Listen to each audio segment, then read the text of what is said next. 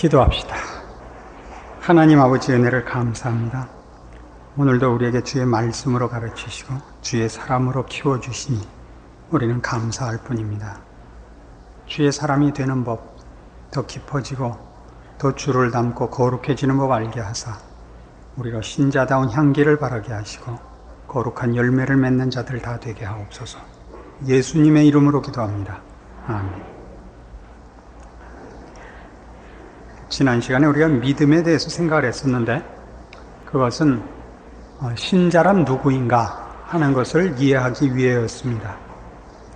그래서 믿음은 하나님을 알고 그 뜻을 순종하여 우리가 진리와 생명 안에 있는 법이라고 했습니다.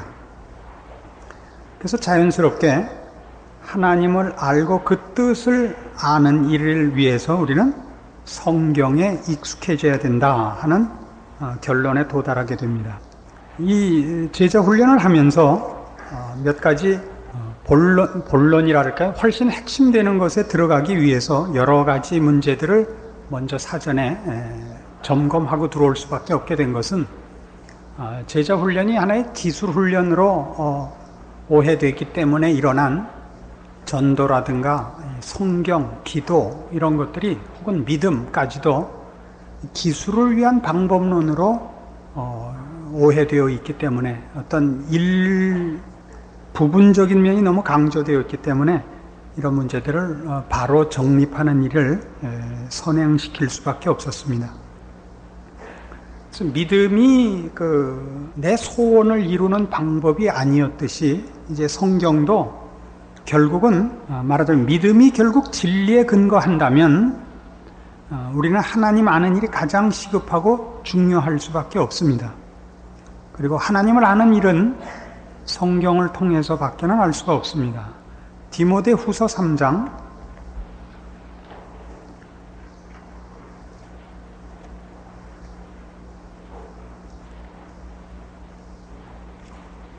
16절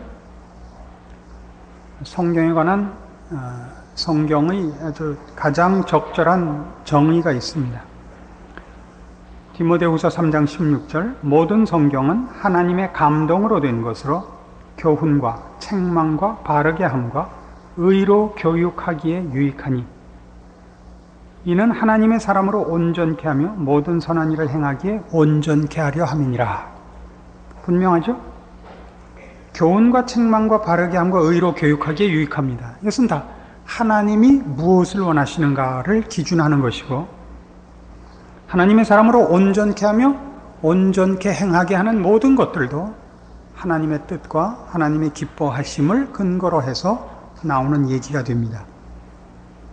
그래서 우리는 성경을 볼 때 성경이 하나님이 누구신가에 관한 얘기인 것을 잊지 않아야 됩니다. 성경은 내가 원하는 것을 어떻게 얻을 것이냐에 관한 얘기가 아니고 모두 다 하나님에 관한 것입니다. 하나님은 어떤 분인가? 하나님은 일을 어떻게 하시는가? 하나님은 무엇을 좋아하시는가? 또 무엇을 싫어하시는가? 이것이 성경입니다. 그래서 성경의 중요성은 우리의 신앙이 맹신으로 흐르지 않게 하는데 가장 큰 유익이 있을 것입니다.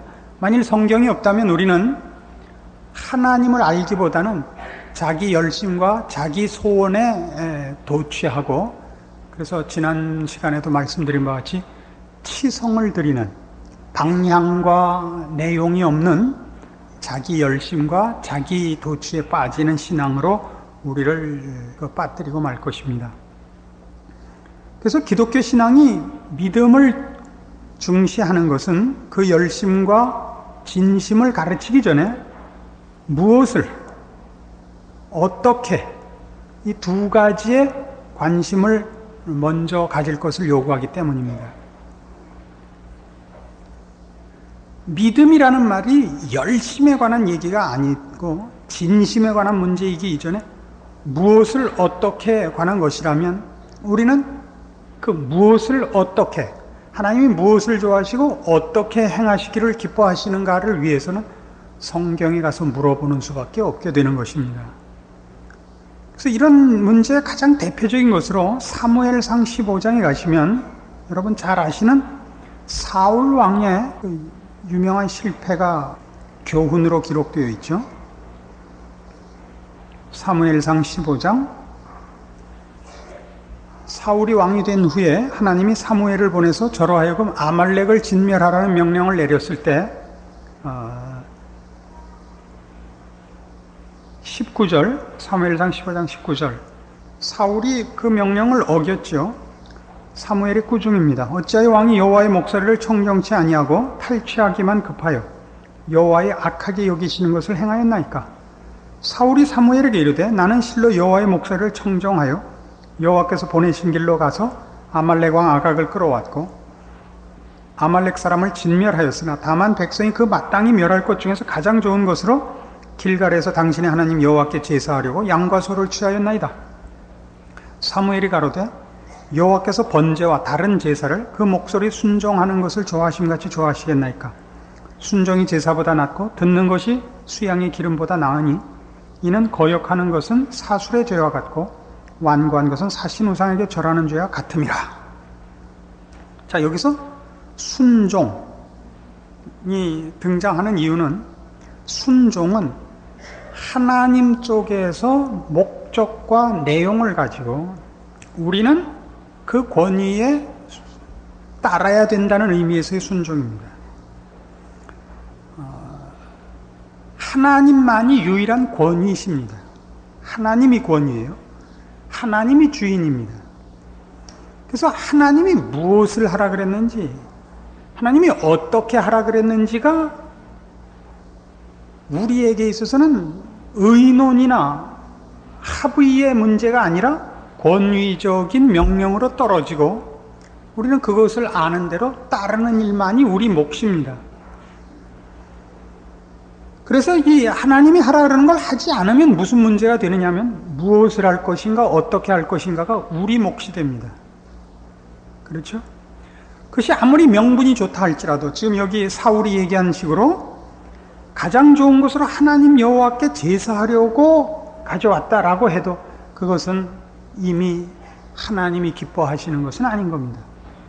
하나님은 양과 소를 받으시려고 하는 것이 아닙니다. 그렇죠? 그래서 순종이 제사보다 낫습니다. 여기서 순종이 제사보다 낫다 그럴 때 이 제사가 어떤 의미를 가지게 되느냐면 신을 향하여 가지는 우리의 맹목적인 열심, 맹목적인 치성이어서는 안 된다는 것입니다. 제사란 모름지기 하나님께서 무엇을 원하시는가를 항복하여 그 순종과 감사로 그 앞에 나아가는 것을 제사라고 하지, 제사가 우리가 가진 것 중에 무엇을 하나님께 바친다는 것으로 나가는 것은 아닌 것입니다. 종교적인 어떤 열심이나 종교적인 치장일 수 없는 것입니다. 그래서 호세아서 6장에 가면 구약성경 1261페이지 호세아서 6장에 가면 이런 식의 이스라엘을 향한 호세아 선지자의 꾸중이 있습니다. 그 내용이 매우 동일합니다. 호세아 6장 1절 오라 우리가 여호와께로 돌아가자. 여호와께서 우리를 찢으셨으나 도로 낫게 하실 것이요 우리를 치셨으나 싸매어 주실 것임이라. 여호와께서 이틀 후에 우리를 살리시며 제3일에 우리를 일으키시리니 우리가 그 앞에서 살리라. 그러므로 우리가 여호와를 알자. 힘써 여호와를 알자. 그의 나오심은 새벽빛같이 일정하니 비와 같이 땅을 적시는 늦은 비와 같이 우리에게 임하시리라 하리라. 에브라임아 내가 네게 어떻게 하랴? 유다야 내가 네게 어떻게 하랴? 너희의 인애가 아침 구름이나 쉬 없어지는 이슬 같도다. 그러므로 내가 선지자들로 저희를 치고 내 입의 말로 저희를 죽였느니 내 심판은 바라는 빛과 같으니라. 나는 인애를 원하고 제사를 원치 아니하며 번제보다 하나님을 아는 것을 원하노라. 여기도 나오죠? 제사보다도 하나님 아는 것을 원하는데 하나님은 어떤 분인가? 3절에 있는 것 같이 일정하신 분, 다른 말로 해서 공의롭고 신실하신 분이라고 설명되고 있습니다. 그래서 우리는 여기서 어떤 분명한 문제에 접하게 되느냐 하면 언젠가도 말씀드린 바와 같이 기독교라는 종교가 다른 모든 종교와 다른 것이 뭐냐 그럴 때는 초월이 아니라고 했습니다.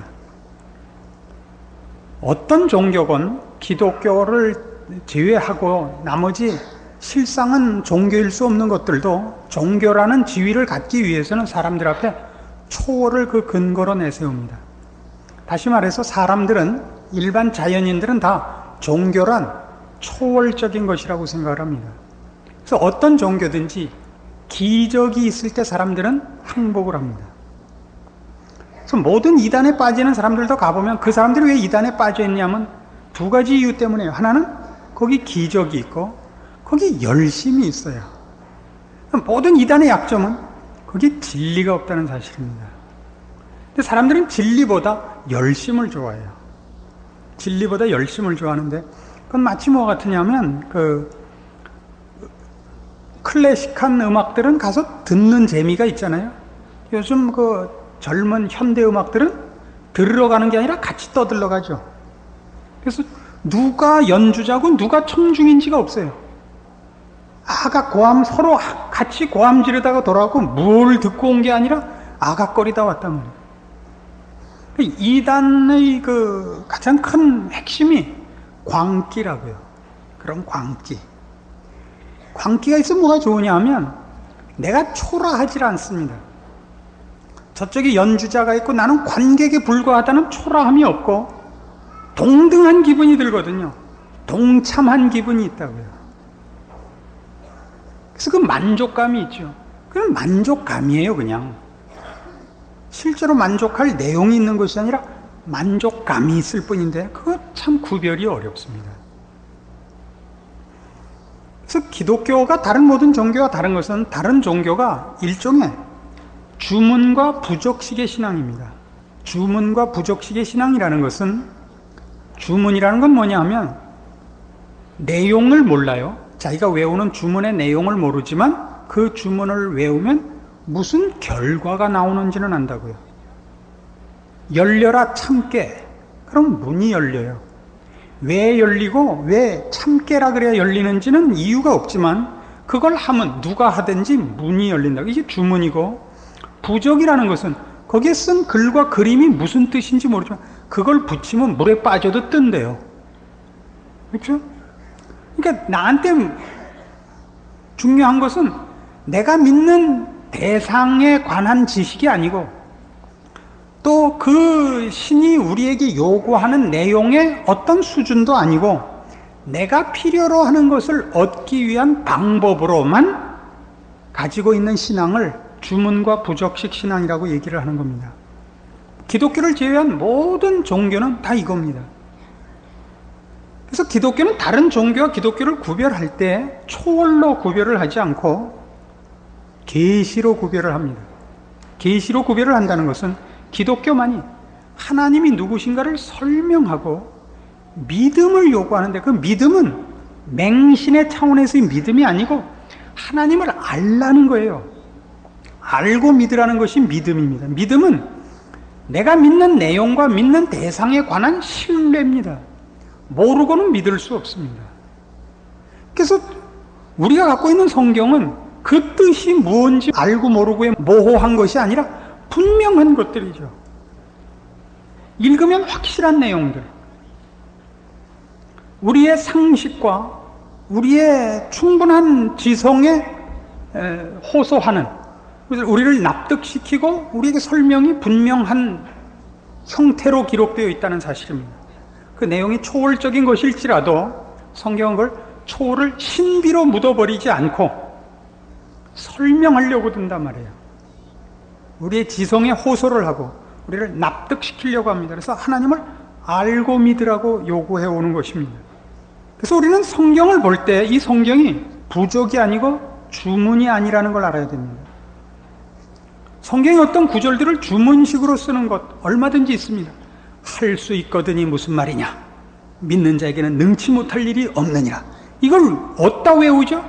자기가 꼭 이루어졌으면이라고 바라는 걸 소원할 때 이걸 쓴다고요. 그래서 믿는 집안에 가보면 부족이 얼마나 많은지 몰라요. 여러분 집에 걸어놓은 성경 구절이 전부 그거죠. 안 그래요?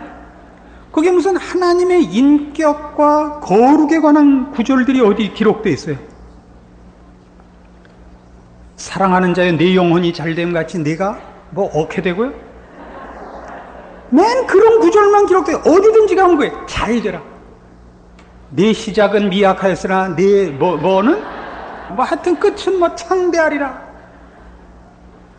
그랬더니 뭐 빚더미에 올라앉았다든가, 내게 능력 주시는 자 안에서 내가 모든 것을 할 수 있는, 이런 부적성.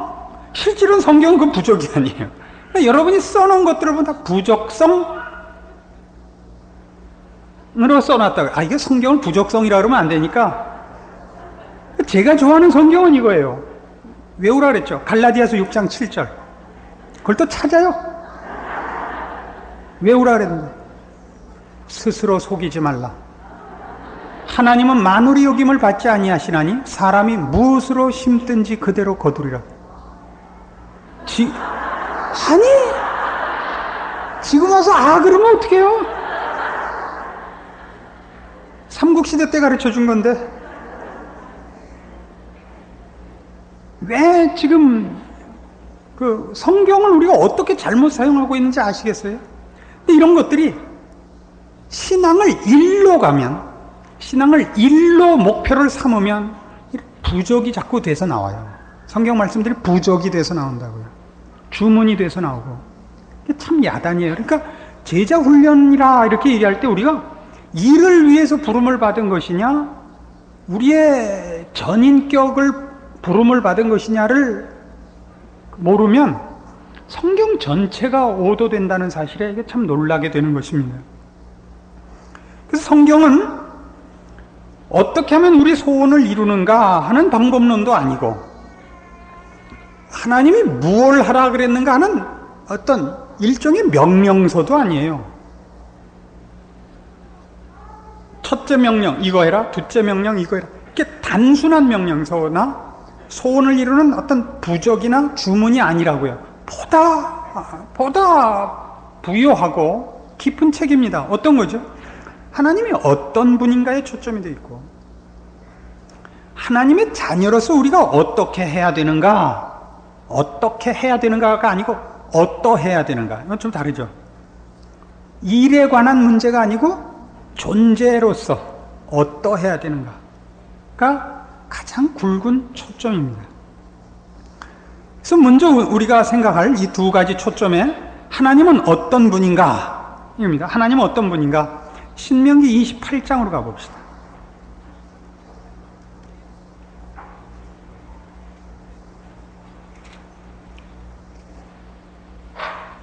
신명기 28장 1절. 내가 네 하나님 여호와의 말씀을 삼가 듣고 내가 오늘날 네게 명하는 그 모든 명령을 지켜 행하면 네 하나님 여호와께서 너를 세계 모든 민족 위에 뛰어나게 하실 것이라. 15절. 내가 만일 네 하나님 여호와의 말씀을 순종치 아니하여 내가 오늘날 네게 명하는 그 모든 명령과 규례를 지켜 행하지 아니하면 이 모든 저주가 네게 임하고 네게 미칠 것이라. 가장 중요한 건 이겁니다. 성경이 그 내용으로 삼고 있는 것 중에서 맨 첫 초점은 하나님은 창조주요, 심판자요, 섭리자요, 모든 피조물의 생사화복을 쥐고 있는 분이라, 이겁니다. 이 얘기는 당연한 것 같은데도 굉장히 많은 신자들이 이 문제에서 실패를 하곤 합니다. 이 문제에서 실패한다는 건 뭐냐면, 결국 그래서 성경을 통해서 우리가 배우는 건 뭐냐 하면, 하나님께 기뻐하심을 입으면 나머지는 하나님이 알아서 하신다는 거거든요. 근데 우리는 어떻게 하느냐 하면, 하나님 앞에 내가 나와서 껌 팔아서 선물 사갖고 와서 요거 받으시고 내가 원하는 거 해달라고 자꾸 와서 장사를 하려고 들어요. 아시겠어요? 너희는 먼저 그의 나라와 그의 의를 구하라. 그리하면 이 모든 것을 너희에게 더하시리라. 근데 우리는 그 앞에 있는 그의 나라와 의를 구하는 걸 안 하고 계속 이번에는 11조에다가 감사헌금까지 드리겠습니다. 그러니까 이번엔 요 일만은 해주십시오.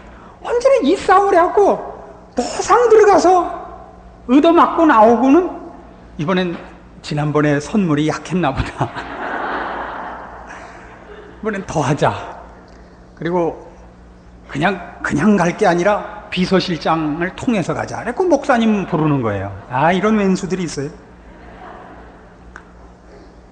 그래서 하나님께서 모든 하늘에 속한 것이나 땅에 속한 것이나 영원한 과거나 지금이나 영원한 미래, 모든 시간과 장소와 존재의 모든 것의 유일한 주인이시다.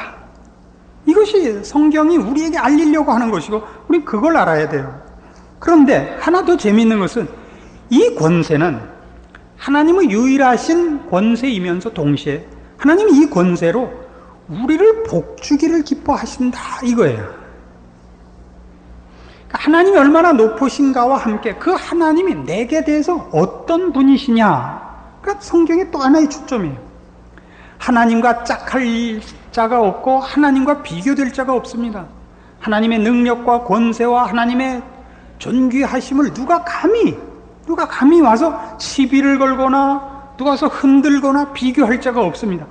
동시에 그걸로 끝이 아니고 그 하나님이 그 높은 지위와 권세와 능력과 지혜를 가지고 나를 사랑하며 나를 복주시기를 기뻐하신다는 것이 성경의 중요한 사상이며 사실이 그렇습니다. 여기에 기독교 신앙의 그 자랑이 있죠. 하나님이 그 큰 권세로 우리를 겁주고 우리를 놀래키는 데 쓰는 것이 아니라 그걸 우리를 위해 쓰시기를 기뻐합니다. 그건 다른 의미에서 하나님의 성품이라 이렇게 얘기해도 되고 우리와 연결된 것이기 때문에 지금같이 이렇게 표현을 하는 것이 당연할 줄로 압니다만 우리를 위하여 하나님이 이 모든 능력을 동원하시기를 기뻐하신다는 사실을 분명히 해야 됩니다. 시편 118편 봅시다. 그는 선하십니다. 이 선하다는 건 그가 만든 모든 피조물들에 대하여 하나님의 통치하는 그 방법에 있어서 특별히 우리를 대하여 그렇습니다. 시편 118편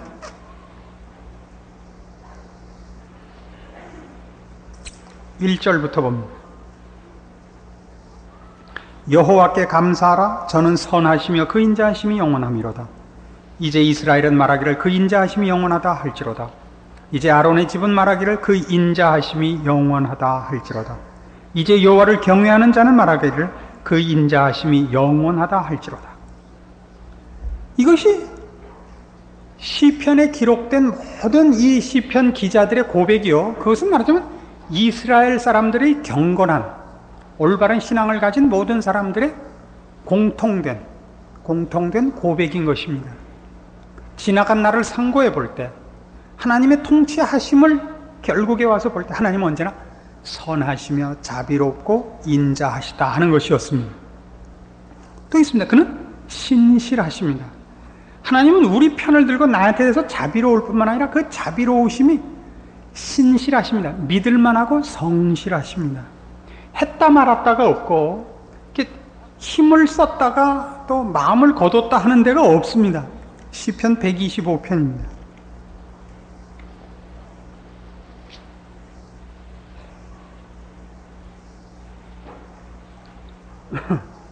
시편 125편 여호와를 의뢰하는 자는 시온산이 요동치 아니하고 영원히 있음 같도다. 산들이 예루살렘을 두름과 같이 여호와께서 그 백성을 지금부터 영원까지 두루시리로다. 악인의 권세가 의인의 업에 미치지 못하리니 이는 의인으로 죄악의 손을 대지 않게 함이로다. 여호와여 선인에게와 마음이 정직한 자에게 선을 행하소서. 자기의 굽은 길로 치우치는 자를 여호와께서 죄악을 짓는 자와 함께 다니게 하시리로다. 이스라엘에게는 평강이 있을지어다. 여호와를 의뢰하는 자는 시온산이 요동치 아니하고 영원히 있음 같습니다. 태산이 흔들리지 않는 것 같습니다. 왜요? 그가 믿음을 가졌기 때문이 아니라 하나님이 신실하신 분이기 때문에, 하나님 안에 있는 자, 하나님의 보호하심 속에 있는 자는 영원히 흔들림이 없을 것입니다. 이것이 이스라엘 백성들이 저들의 역사와 인생 속에서 확인한 하나님의 속성이었던 것입니다. 그래서 136편 같은 데 가보면 136편은 아주 그 아름다운 시인데 다 읽어볼 시간은 없고 앞에만 조금 해봅시다.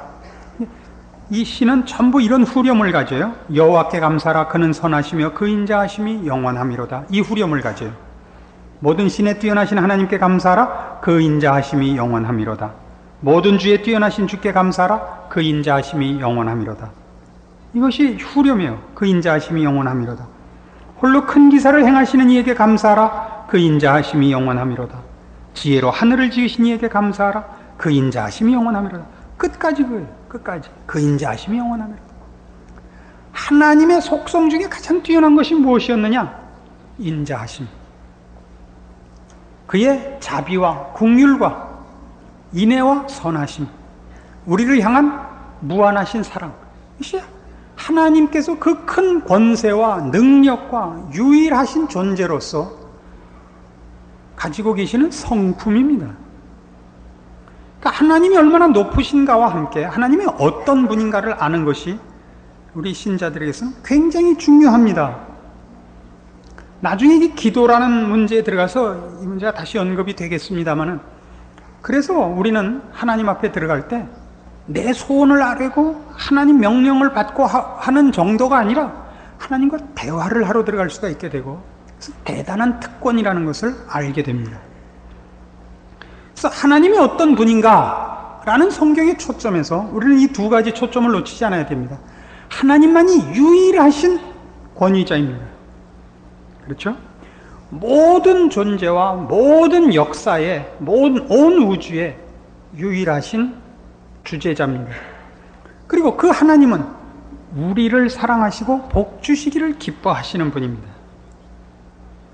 이런 거에 정신 팔지 말라고요. 뭐예요? 할 수 있거든이 무슨 말이냐, 이런 거예요. 예? 사랑하는 자요, 강건하고 복받고 이런 거 말고 훨씬 중심에 놔야 하는 것들이 있음을 알아야 된다고요. 하나님이 어떤 분인가와 함께 아까 말씀드렸듯이 두 번째 초점이 뭐였죠? 하나님의 자녀로서 우리가 어떠해야 하는가 하는 거였습니다. 우리가 어떠해야 하는가? 이 하나님은 우리를 사랑하며 우리를 복 주시기를 기뻐하시며 그 복을 위하여 우리로 거룩하기를 요구하십니다. 성경이 신자들에게 요구하는 건 능력이 아니라는 것을 제발 명심합시다. 하나님이 우리에게 요구하는 것은 똑똑한 것이 아닙니다. 유능한 것이 아닙니다. 어떤 업적이 아니고 위인이 되는 것이 아닙니다. 거룩한 것입니다. 평생 잊지 마십시오. 하나님이 우리에게 요구하는 건 거룩한 것입니다. 잊지 마세요. 그 쓸데없는데 아멘들 하지 마시고 이런데 아멘을 해야 되는데, 하나님이 요구하는 건 우리의 거룩입니다. 이런 데는 다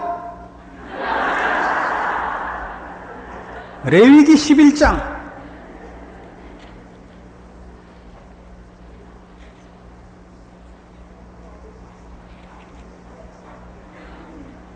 레위기 11장 44절입니다.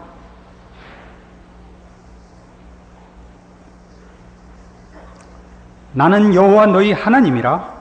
내가 거룩하니 너희도 몸을 구별하여 거룩하게 하고 땅에 기는 바 기어다니는 것으로 인하여 스스로 더럽히지 말라. 나는 너희 하나님이 되리고 너희를 애굽 땅에서 인도하여 낸 여호와라. 내가 거룩하니 너희도 거룩할지어다. 이거예요. 또 그냥 알아듣는 사람 몇 없어요. 거룩해야 돼요. 거룩해야 돼요. 성도들의 최고의 책임, 최고의 자랑, 거룩한 거예요. 거룩한 것. 요한복음 17장.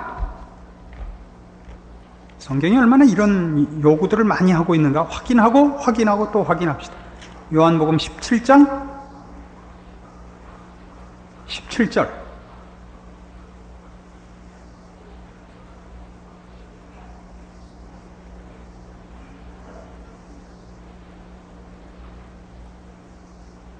(14절부터) 봅시다. 요한복음 17장 14절.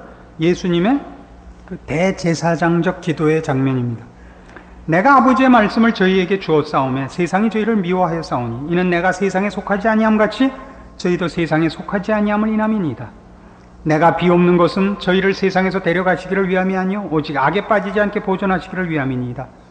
내가 세상에 속하지 아니함 같이 저희도 세상에 속하지 아니하였삼나이다.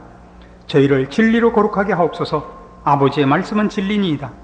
아버지께서 나를 세상에 보내신 것 같이 나도 저희를 세상에 보내었고 또 저희를 위하여 내가 나를 거룩하게 하오니 이는 저희도 진리로 거룩함을 얻게 하려 함이니이다. 거룩하려는 거죠. 우린 세상에 속한 자가 아닙니다.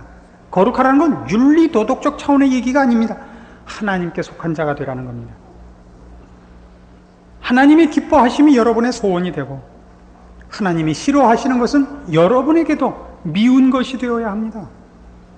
그것이 거룩해지는 겁니다.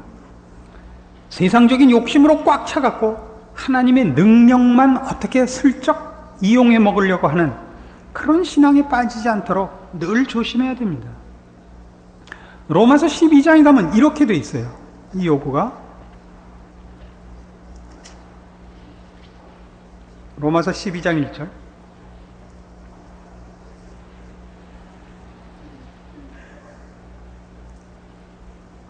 그러므로 형제들아 내가 하나님의 모든 자비하심으로 너희를 권하노니 너희 몸을 하나님이 기뻐하시는 거룩한 산제사로 드리라. 이는 너희의 드릴 영적 예배니라. 우리가 나중에 로마서를 계속해 나가서 12장 가면 이걸 더 자세히 하겠습니다만은 그러니까 결국 성도들의 신앙의 핵심이 뭐냐 그러면 그의 삶을 거룩한 삶으로 살아야 하는 겁니다. 거룩함을 생각하거나 거룩함을 말하는 것이 아니라 거룩한 삶을 살아야 합니다. 우리 몸을 거룩한 산제사로 해요. 그래서 여러분은 모든 여러분에게 주어진 형편 속에서 일상생활 속에서 하나님의 자녀답게 살아야 합니다. 인내하며 믿음을 지키며 세상에 속하지 아니한 자로서 세상의 유혹과 시험을 이기며 그래서 어떤 의미에서 그런 일들을 인하여 당하는 모든 고난들을 감수하며 그렇게 사는 것이 거룩하게 사는 것입니다. 많은 성도들이 신앙상의 열심이라는 이유로 본인이 속고 있는 것인데 주를 위한 열심을 능력을 달래서 하나님을 위해 무슨 큰 업적을 남기려고 드는 것은 성경이 요구하지 않는 것입니다. 누군가 유명한 사람들이 있습니다. 그건 특별한 일을 위하여 하나님이 특별히 쓰시는 사람들입니다. 그것은 성경이 요구하는 모델이 아닙니다. 예수님 자신이 그 당시에는 세상적 차원에서 볼 때 유명한 사람이 아니었고 이상한 사람이었습니다. 이상한 재주를 가졌는데 그걸 갖고 무슨 쓸만한 일을 안 한 이상한 젊은이였습니다. 그러다가 괜히 당시에 그 실권자들인 제사장들과 바리새인들을 건드려서 스스로 무덤을 판, 그래서 죽어간, 금방 잊혀진 사람에 불과한 겁니다. 믿는 우리들에게만 그 뜻이 전달되어 우리는 예수님이 유명한 정도가 아니라 유일한 분이 됐지만 세상에서는 그렇지 않습니다. 그래서 여러분 세계사 배우면서 예수 배워본 적 있어요? 세계사에서 알렉산더는 가르쳐도 예수를 가르치는 데는 없습니다. 업적을 남기려고 그러지 마십시오. 유인이 되려고 그러지 마시고 거룩하려고 해야 됩니다. 고린도 후서 6장에 가면 이 거룩함에 관한 요구가 이렇게 강조됩니다.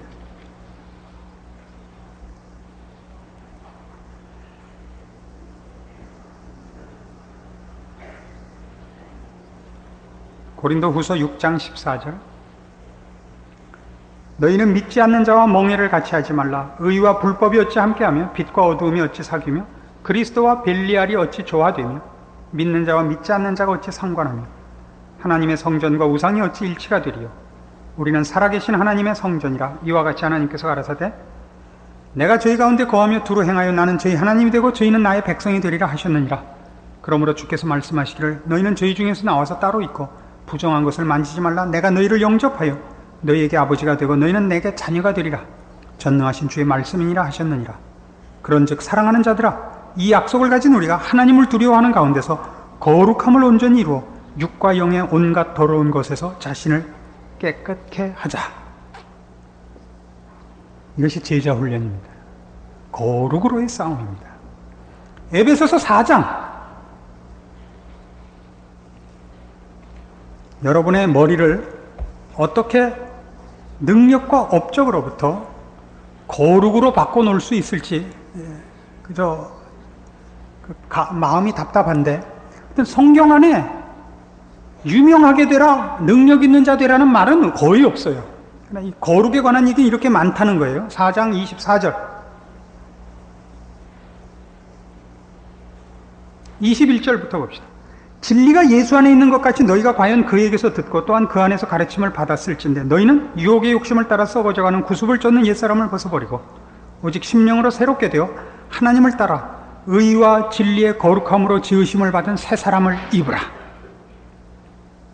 그리고 25절부터 뭐가 나오는지 아세요? 거룩하게 사는 ABC. 거짓을 버리고 참된 것을 말하고 분을 내어도 죄를 짓지 말며 해가 지도록 분을 품지 말고 마귀로 틈을 타지 못하게 하고 도적질하지 말고 구제하고 수고하고 더러운 말은 입 밖에도 내지 말고 선한 말을 하고 은혜를 끼치고 31절 악독과 노함과 분냄과 떠드는 것과 회방하는 모든 것 악의와 함께 버리고 인자하고 불쌍히 여기고 용서하라고 그렇게 되어 있습니다. 그러니까 선교사 몇백 명 보내고 개척교회 몇십 개도 없고 그거 하지 말고 뭐 하라고요?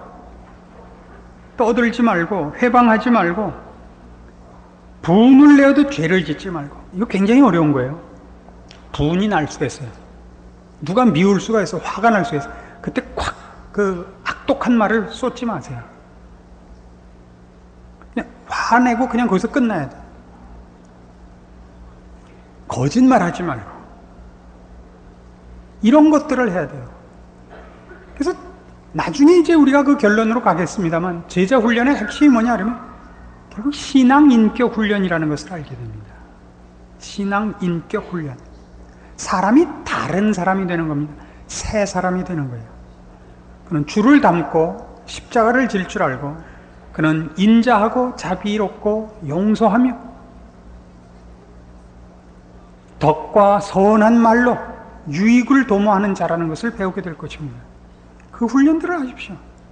얼굴에 싱 이렇게 써 있지 말고 누가 뭐 잘못하면 이렇게 딱 눈에 힘주고 째려보고 나는 잘했다고 남 잘못한 것을 거꾸로 흉잡고 이러지 말라고. 골로새서 3장 12절 얼마나 이 서신서에 이런 것들이 많은가 보세요.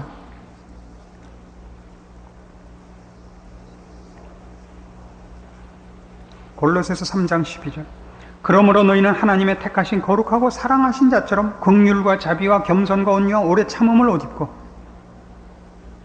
누가 네게 혐의가 있거든 서로 용납하여 피차 용서하고 사랑을 더하고 평강이 너희를 주장하게 하고 16절 그리스도의 말씀이 풍성히 거하여 지혜로 권면하고 시와 찬미와 신령한 노래를 부르며 마음에 감사함으로 하나님을 찬양하고 또 무엇을 하든지 말이나 일이나 다 주 예수 이름으로 하고 그를 힘입어 하나님께 감사하라. 이런 것들이 거룩하는 것입니다. 그걸 어떻게 실천적으로 하느냐 할 때 당장 18절 남편에게 복종하라고요.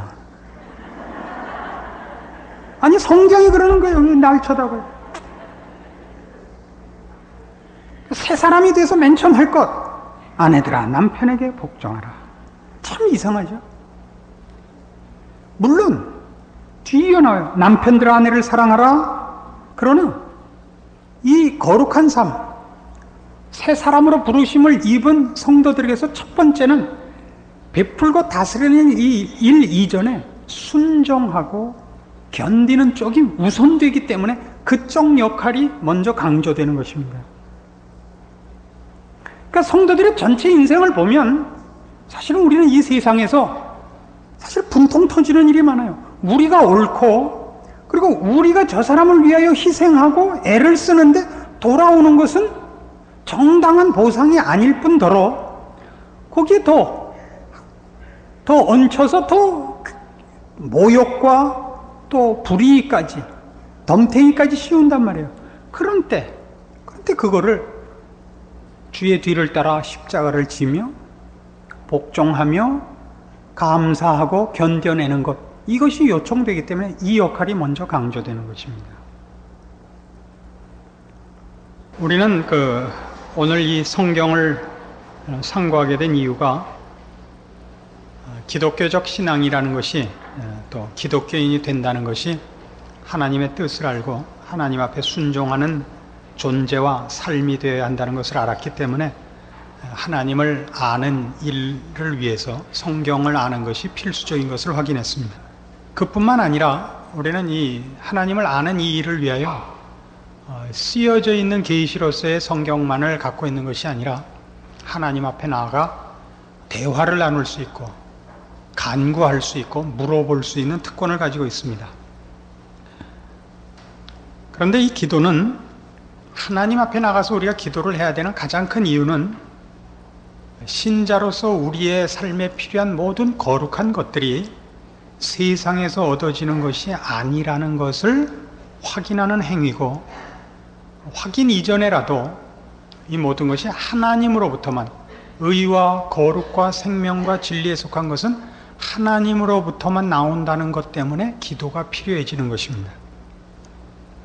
그러니까 기도란 아까 우리 믿음을 다루는 문제에서도 했다시피 주문이 아니고 어떤 내가 요구하는 결과를 얻기 위한 방법이 아니고 이제부터 우리가 가져야 하는 것, 채워야 하는 것, 그리고 넘치도록 해야 되는 거룩과 생명에 속한 것이 세상에서부터 얻어지지 않고 하나님으로부터만 온다는 것이 기도를 당연한 결과로 만들게 되는 것입니다.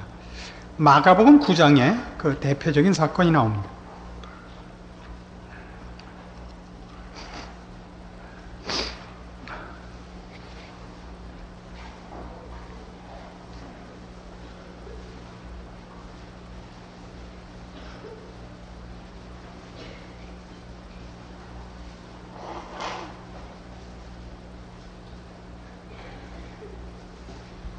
마가복음 9장 14절. 이제 예수님께서 베드로와 요한을 데리고 변화산에 올라갔다가 내려왔을 때입니다. 막 저희가 이에 제자들에게 와서 보니 큰 무리가 둘렀고 서기관들이 더불어 변론하더니 온 무리가 곧 예수를 보고 심히 놀라며 달려와 문안하거늘 예수께서 물으시되 너희가 무엇을 저희와 변론하느냐. 무리 중에 하나가 대답하되 선생님, 벙어리 귀신 들린 내 아들을 선생님께 데려왔나이다. 귀신이 어디서든지 저를 잡으면 거꾸러져 거품을 흘리며 이를 갈며 그리고 파리하여 가는지라. 내가 선생의 제자들에게 내어 쫓아달라 하였으나 저희가 능히 하지 못하더이다. 그래서 이제 예수님께서 이 귀신을 내어 쫓았습니다. 28절. 집에 들어가시며 제자들이 조용히 묻자오되 우리는 어찌하여 능히 그 귀신을 쫓아내지 못하였나이까. 이르시되 기도 외에 다른 것으로는 이런 이유가 나갈 수 없느니라, 이겁니다. 그래서 이 마가복음 9장 29절 말씀은 모든 필요한 것을 얻어내는 최후의 방법 혹은 가장 좋은 방법으로서 기도가 그 오용되는 그런 부작용도 났습니다. 기도만 하면 뭐든지 된다 하는 그런 식의 사고방식을 우리에게 놨는데 여기서 얘기하는 것은 그런 뜻이 아닙니다. 기도란 아까 말씀드린 바와 같이 생명과 거룩과 진리와 이런 모든 것은 하나님으로부터만 나오기 때문에 우리가 하나님께 기도를 하는 것입니다. 세상에는 그것이 없습니다. 그래서 기도 외에는 이런 이유가 나갈 수 없다는 건 하나님 외에는 이 일을 하실 분이 없다는 뜻입니다. 에스겔서 36장에 가면 지금 이 말씀을 우리가 이해하기 좋은 역사적 사건이 하나 나옵니다.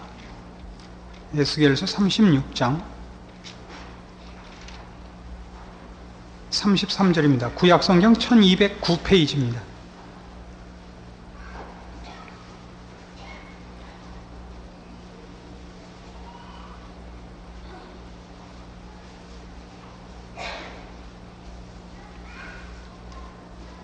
나 주 여호와가 말하노라. 내가 너희를 모든 죄악에서 정결케 하는 날에 성읍들의 사람이 거적되게 하며 황폐한 것이 건축되게 할 것인즉 전에는 지나가는 자의 눈에 황무하게 보이던 그 황무한 땅이 장차 기경이 될지라.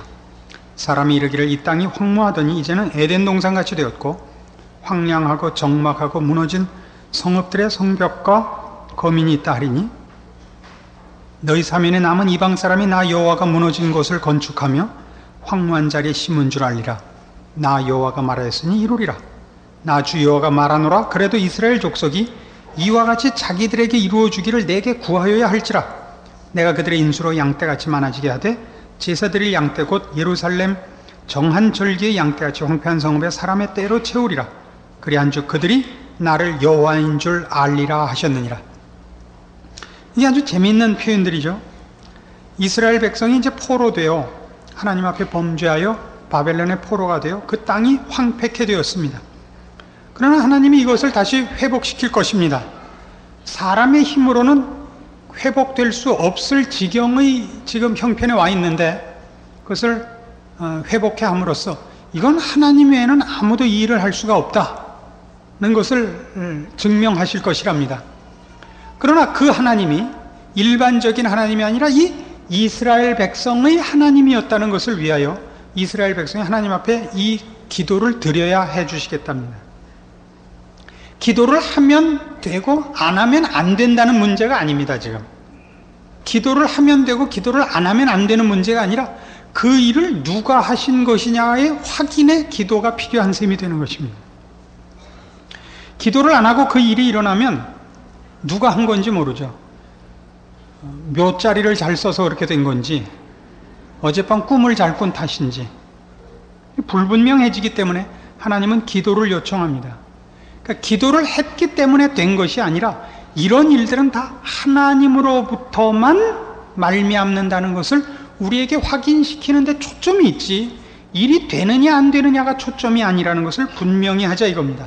따라서 기도는 우리가 기억해야 할 기도의 중요한 핵심은 우리가 기도하는 요청이 기도 속에 들어있는 간구의 내용이 하나님의 뜻에 부합해야 합니다. 그렇죠? 그래서 기도를 하면 여러분 모든 기도가 그렇듯이 우리의 기도는 기도에 설명이 많죠.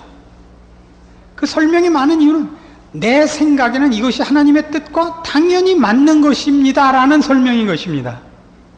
주문하고 다른 거예요. 주문에 뭐 설명 붙이는 거 봤어요?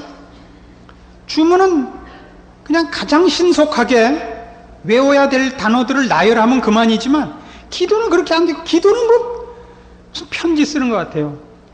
때는 춘삼월 강남 갔던 제비가 돌아오는 따뜻한 봄날이 되었습니다. 이렇게 시작을 하죠. 기도가 그럴 수 있는 이유가 이겁니다. 이제부터 하려는 모든 얘기가 내가 최소한의 상식과 교양을 가지고 하나님 앞에 들어가는 거다 이거예요.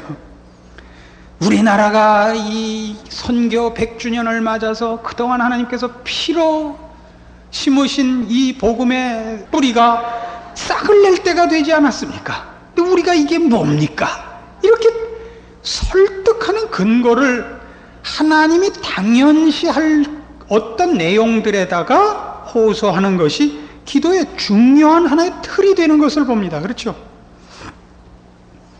출애굽기 32장에 가면 이스라엘 백성이 그 금송아지를 만든 사건에 대하여 하나님이 진노하사 저들을 멸하겠다고 합니다. 모세가 뭐라고 중보 기도를 하느냐 하면 출애굽기 32장 11절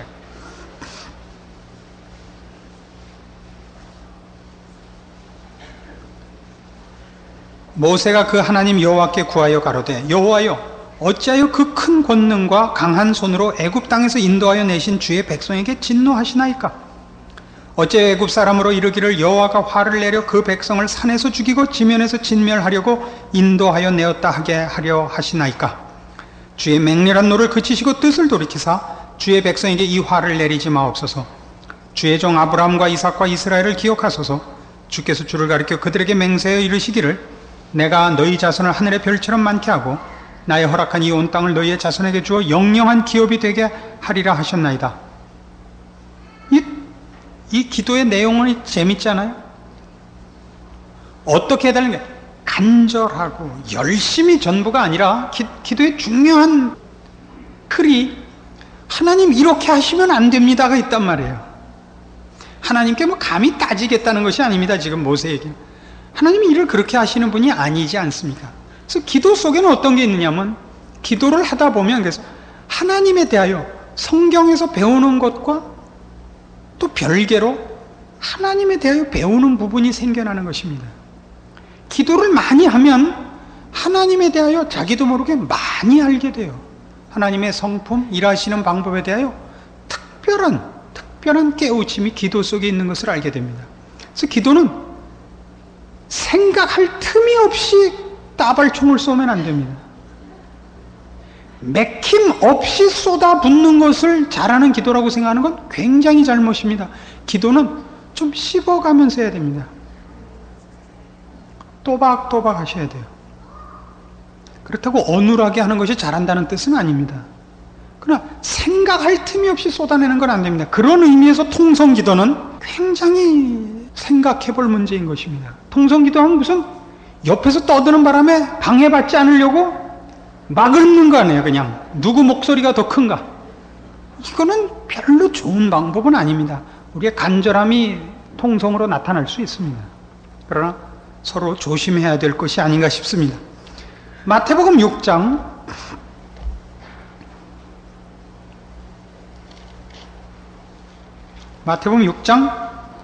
7절에 이런 주님의 가르치심이 있습니다. 또 기도할 때 이방인과 같이 중언부언하지 말라. 저희는 말을 많이 하여야 들으실 줄 생각하느니라. 그러므로 저희를 본받지 말라. 구하기 전에 너희에게 있어야 할 것을 하나님 너희 아버지께서 아시느니라. 이겁니다. 여기서 중언부언이라는 것은 지성이면 감천이다 하는 식으로 하지 말라는 겁니다. 우리가 말을 할 때 말을 이렇게 여러 번 할 수 있죠. 그 간절함을 이렇게 저렇게 표현하는 걸 중언부언이라는 것이 아닙니다. 그게 아니고 간절함과 정성을 바치는 것이 기도의 내용이고 기도의 결과를 얻는 방법이라고 생각하지 말라 말입니다. 이방인들의 중언부언은 다른 게 아니라 비나이다. 그러니까 자기의 소원을 얻기 위한 열심만 있지 그 기도의 내용이 무슨 당위성을 가지는지 무슨 필연적인 근거를 그래서 결과를 얻을 이유가 있는지가 없단 말이에요. 그건 기도가 아니라고요. 기도란 이 기도가 응답될 필연적인 어떤 이유가 있어야 됩니다. 하나님의 뜻에 맞아야 하며 하나님의 기뻐하심과 부합해야 하는 것입니다. 그래서 기도는 이 당위성이 있어야 되는데 이 당위성이라는 건 하나님의 뜻에 부합한다는 의미의 당위성이 있어야 하고 그것에 기초하고 또 그것을 아는 일에 기도가 도움을 줍니다.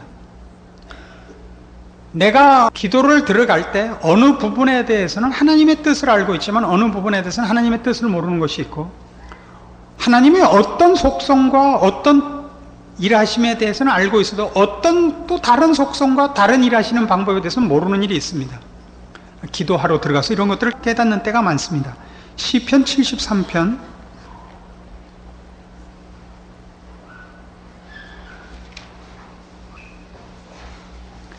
시편 73편은 여러분이 잘 아시는 대로 그 불의한 자들이 형통한 것에 대하여 그 의로운 자가 가지는 시험이었습니다. 16절 왜 악당들이 잘되고 의로운 자들이 고난을 당하는가 하는 이 문제에 대하여 고민하다 16절 내가 어쩌면 이를 알까 하여 생각한즉 내게 심히 곤란하더니 하나님의 성소에 들어갈 때야 저희 결국을 내가 깨달았나이다. 이게 참 재미있는 겁니다. 이게 왜 이렇게 된지 알 수가 없어요. 하나님께 가서 말하자면 이 문제를 우리식 표현으로 따지는 겁니다. 하나님 이럴 수가 있습니까? 그건 하박국 선지자에게도 나타났던 것입니다. 하나님 어떻게 불의한 자가 의로운 자들을 압제하는데 가만히 계십니까? 기도 속에 따지는 부분이 있어요. 따진다는 건 감히 하나님 앞에 우리가 무슨 언성을 높이거나 무슨 추궁한다는 의미가 아니라 도무지 이해가 가지 않는 부분에 대해서 그 깨우치기 위한 간절함과 답답함을 호소하는 것이 기도 속에 있는 것을 봅니다. 그래서 어디서 깨달아요? 성소에 들어갈 때 깨닫습니다. 기도할 때 아는 것입니다. 무엇을 알게 됐느냐면 18절 주께서 참으로 저희를 미끄러운 것에 두시며 파멸에 던지셨다는 것을 알게 됐고 이 일을 인해서 이 문제를 가지고 하나님 앞에 들어갔던 자가 결국 무슨 요청으로 기도를 끝내느냐 하면 24절 주의 교훈으로 나를 인도하시고 후에는 영광으로 나를 영접하시리니 28절 하나님께 가까이 함이 내게 복이라. 내가 주 여호와를 나의 피난처로 삼아 주의 모든 행사를 전파하리다. 그래서 무엇을 깨닫느냐면 하나님의 일하시는 방법의 가장 깊은 것까지 깨닫는 자리에 오는 것을 봅니다. 저들이 지금 잠깐 누리는 형통함이 복이 아니라는 것을 깨닫고, 하나님이 결국은 의로운 자들을 보상하시며 경건하게 살고 거룩하게 산 자들이 당하는 모든 어려움에 대하여 하나님이 외면하시지 않는다는 것을 깨달아 새로운 힘으로 자신을 무장하고 하나님 안에서 모든 것을 견딜 힘을 가집니다. 그것은 하박국 선지자도 동일했습니다. 의인은 믿음으로 산다는 결론을 얻고, 그래서 무화과 나무에 소출이 없을지라도 외양간에 소가 없을지라도 나는 하나님을 인하여 기뻐하리라 라는 하나님 안에, 거기서 하나님 안에라는 건 하나님의 통치와 하나님의 심판에 대한 신뢰에 항복하는 모습으로 돌아오는 것이 기도에 있어서의 큰 핵심인 것을 봅니다. 따라서 우리는 기도가 어떤 일을 이루기 위하여 쓰여지는 주문이 아니고 방법이 아니고, 우리로 하여금 하나님과 대좌하게 하는 특별한 초청인 것을 봅니다. 그렇게 해서 하나님께서 우리로 하여금 우리의 의견, 우리의 생각을 하나님 앞에 쏟아놓게 합니다. 하나님이 우리의 기도에 귀를 기울이십니다. 하나님께서 우리에게 너는 이렇게 해라, 너는 이렇게 해라는 명령서로 딱딱 명령을 주는 것이 아니라, 우리로 하여금 우리에게 일어난 일과 우리에게 맡겨진 일들에 대하여 하나님 앞에 가서 일종의 따지는 일을 허락하는 이 일은 하나님이 우리를 기계나 종으로 부리시지 않는다는 겁니다. 신자들을 하나님이 기계나 종으로 부리시지 않고 우리를 설득하시며 우리와 의논하시는 것을 봅니다. 이것은 굉장히 중요한 뜻이 있는데, 하나님이 비록 온천하 만물의 창조주요 주권자라 하실지라도 그 일을 행하심에 있어서 독재자적 고집으로 일하시지 않는 것을 말합니다. 우리와 의논하시며 우리를 설득하시며 우리를 항복시키셔서 일하시기를 기뻐합니다. 하나님의 한 성품이며 동시에 우리의 존재와 위치가 얼마나 대단한 것인가를 증명하는 것입니다. 우리는 어떤 버릇이 있느냐면, 지금 이 제자훈련이라는 제목을 놓고 볼 때 우린 믿음도 성경도 기도도 다 기술이기를 바라고 있습니다. 그래서 어떤 일이 이루어지는 것에 쓰임을 받고 나 자신도 기계적 능력이 있기를 바라고, 이 기계적 능력의 큰 결실을 위하여 성경이나 믿음이나 기도나 다 그런 기술적 차원에서의 도움이 될 것을 바라고 있지만, 살펴본 바와 같이 믿음이나 기도나 성경이나 어느 것 하나 일과 기술로서 쓰여지는 것은 없고, 하나님은 그 궁극적인 목적을 우리에게다 두고 있는 것을 봅니다. 그래서 우리 자신이 하나님 앞에서 인격자로서 대접받는 것,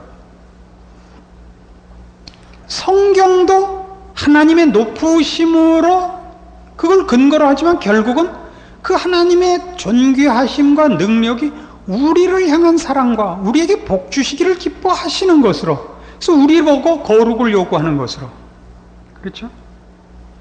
기도도 내가 답답하고 내가 안타깝고 이상해서 갖고 나가지만 그것으로 하나님은 우리를 만나시고 우리와 대좌하기를 기뻐하시는 것이 먼저고, 거기서 무슨 문제가 풀려서 어떤 일이 되는 것은 2차적인 결과더라 말입니다. 그래서 기도란 하나님께 내가 열심히 기도하여 무엇이 이루어졌느냐가 아니라 얼마나 자주 하나님을 가서 만나 뵙고 하나님 앞에 앉았느냐에 그 자랑이 있는 거예요. 기도란 해라 마라의 문제가 아니라, 그러니까 우리가 해라라고 기도하라고 자꾸 부추기는 것은 그 기쁨과 그 대접을 누리라는 차원에서이지, 그렇게 함으로써 남보다 더 큰 능력을 가진다, 그래서 어떤 일이 해결됐다는 차원에서는 아니라 말입니다. 그래서 기도하는 자는 내가 어떤 일을 이루기 위하여 그리고 하나님 앞에 얼마나 중요하게 쓰임을 받는가, 그런 어떤 명분과 가치로서보다 우리 자신의 지위와 대접을 반증하는 것으로 이해되어야 합니다. 기도를 한다는 것이 우리가 어떻게 하나님 앞에 대접받고 어떤 지위에 있는가에 대한 하나의 증거라는 것을 잊지 않아야 됩니다. 그래서 우리는 가서 마음껏 우리의 기도를 하도록 되어 있습니다. 그 대신 기도에서 우리의 생각과 우리의 그 무슨 답답함과 혹은 생각을 모두 얘기한 후에 또 충분히 듣고 나와야 됩니다. 그래서 기도는 떠들러 들어가는 것이 아니라 들으러 들어가야 되는 겁니다. 기도는 들으러 들어갑니다. 그래서 우리는 지금 이 신자가 누구인가, 우리는 무엇을 믿고 살며 어떻게 사는 자인가 라는 기본적인 질문으로부터, 그래서 우리는 무엇을 믿고 사는가 하는 기독교 신자들의 신앙의 내용들을 생각했고, 그리고 신앙의 내용의 가장 큰 핵심이 우리의 거룩함이요, 하나님 안에 사는 우리의 존재인 것을 확인했고, 그 하나님의 뜻과 거룩함을 알기 위하여 성경과 기도라는 좋은 이런 수단이 우리에게 주어진 것을 확인했습니다. 그래서 이 일이 성도들을 성도답게 하며 하나님의 자녀로서 우리가 마땅히 누려야 하는 모든 충만에 이르기 위하여 허락된 특별한 하나님의 은총인 것을 압니다. 그래서 성경을 많이 보고 기도를 많이 할 것을 어느 교회에서나 가르치고 어느 신자들에게나 요구하고 있는 것인데, 이 일의 좋은 방법 중에 하나인 것이 콰이어 타임이라 해서 소개된 지 오래입니다. 그럼에도 불구하고 이 콰이어 타임은 앞에서 우리가 믿음, 성경, 기도라는 소제목에서 살펴본 바와 같이 신앙의 핵심을, 제자의 그 모습을 어떻게 이해하느냐에 따라서 콰이어 타임도 굉장히 잘못 오용될 수 있다는 것을 좀 알아야겠고, 어떻게 사용해야 되느냐 하는 것도 알아야겠습니다. 콰이어 타임이 가장 잘못 사용되는 것은 이겁니다. 매일 일정량의 성경을 보고 그 성경 속에서 오늘 깨달을 하나님의 말씀을 갖고 나와 실천하는 것, 틀려 보이지 않지만 이것은 굉장히 오해되기 쉬운 것입니다. 왜 오해되기 쉬우냐 하면, 콰이어 타임을 한다는 것은 매일 일정량의 성경을 보고 그리고 기도하고 하나님의 뜻을 구하고 나온다는 의미에서는 전혀 하자가 없고 옳고 바른 자세임에 틀림없지만, 성경을 보는 첫 번째 이유는 뭐냐면, 우리가 이 세상에 속해 살고 있고 실제적인 내용으로는 하늘나라에 속해 살고 있는데, 우리가 아무리 마음속으로 거룩한 것에 속해 있고 거룩한 욕심을 갖고 있다 할지라도 세상에 나와서 살고 그 영향권 속에 있으면 우리는 우리도 모르게 떠내려갑니다. 그렇죠? 그래서 우리가 늘 말씀을 앞에 놓고 하나님의 뜻과 기뻐하심으로 나를 깨끗이 하며 점검하는 일이 없으면 우리는 자기도 모르게 점점 떠내려와서 어느 날 굉장히 그 기준이 낮아진 것을 보게 됩니다.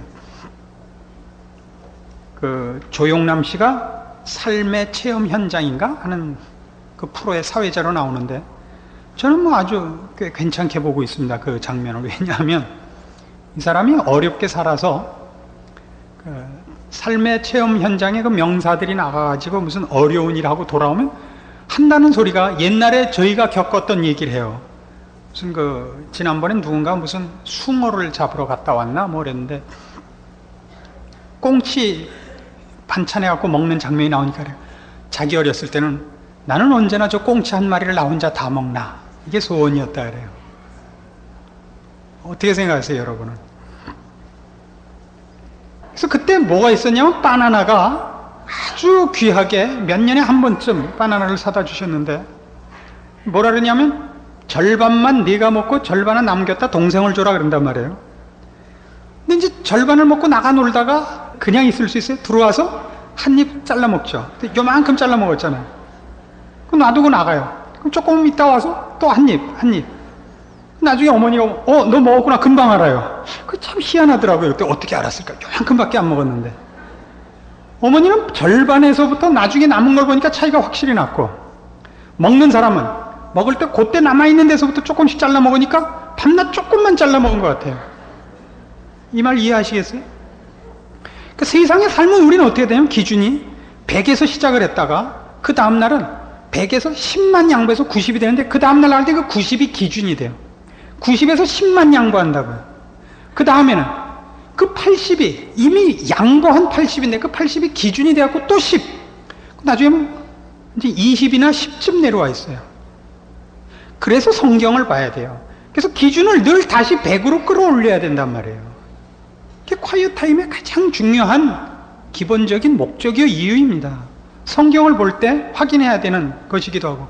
그래서 매일 오늘 내가 10이나 20쯤 양보할 수 있어요. 그러나 다음날 나올 때는 다시 기준을 100으로 해놓고 나와야 돼요. 그렇지 않으면 80, 70, 60 사정없이 떨어진단 말이죠. 그런데 어떤 문제가 생기느냐 하면 매일 보는 성경으로 그날의 특별한 어떤 테마나 어떤 특별한 목표를 세우려고 보셔서는 안 됩니다. 성경도 그렇고 기도도 그렇습니다. 왜냐하면 성경은 어떤 명령서도 아니라 그랬죠. 그거 하나로 오늘은 뭘 해라 이렇게 돼 있는 게 아니고 또 오늘의 운세도 아니에요. 성경은 굉장히 넓고 무한히 크고 무한히 깊은 거예요. 하나님에 관한 얘기며 하나님의 뜻에 관한 얘기예요. 오늘 본 것은 그 충만하신 하나님의 어느 일부분이에요. 한 부분으로 갖고 계셔야 돼요. 그리고 매일매일 그것이 쌓여서 하나씩 쌓여서 티끌 모아 태산같이 하나님에 대하여 이렇게 뭐라고 말할 수 없이 깊어지는 거예요. 그건 마치 뭐와 같으냐면 목욕탕에 물 받는 것 같아요. 목욕탕에 물을 받으면 수도꼭지에서부터 탕 밑바닥까지 물기둥이 서죠. 그러나 그것이 밑에 떨어지면 전체로 넓어져서 이렇게 수면이 차올라오지 기둥으로 서 있지 않다고요.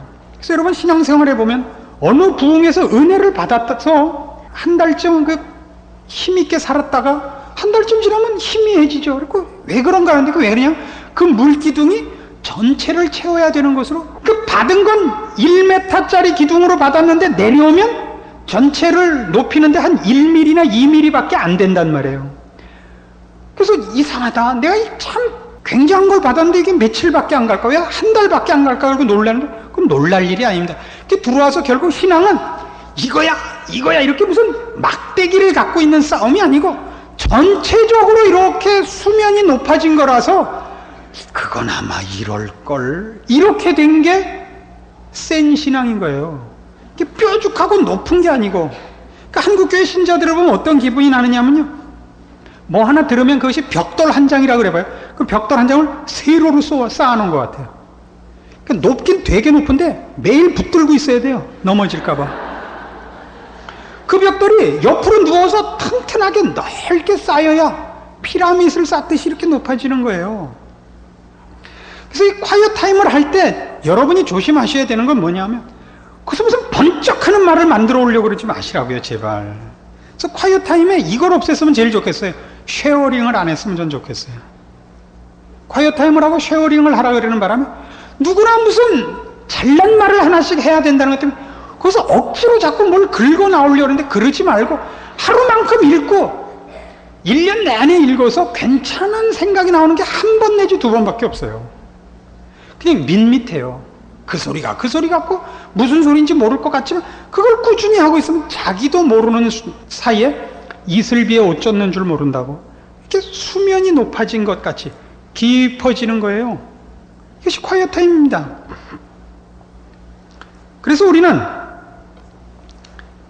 이 콰이어 타임을 하면서 가지는 성경에 대한 깨우침과 그 앞에 들어가는 기도가 어떤 그 조급한 눈에 보이는 목표나 소원을 가지지 않도록 가야 된다는 그 분명한 그 경계심을 갖고 매일매일 이 성경과 기도에 열중해야 될 것입니다.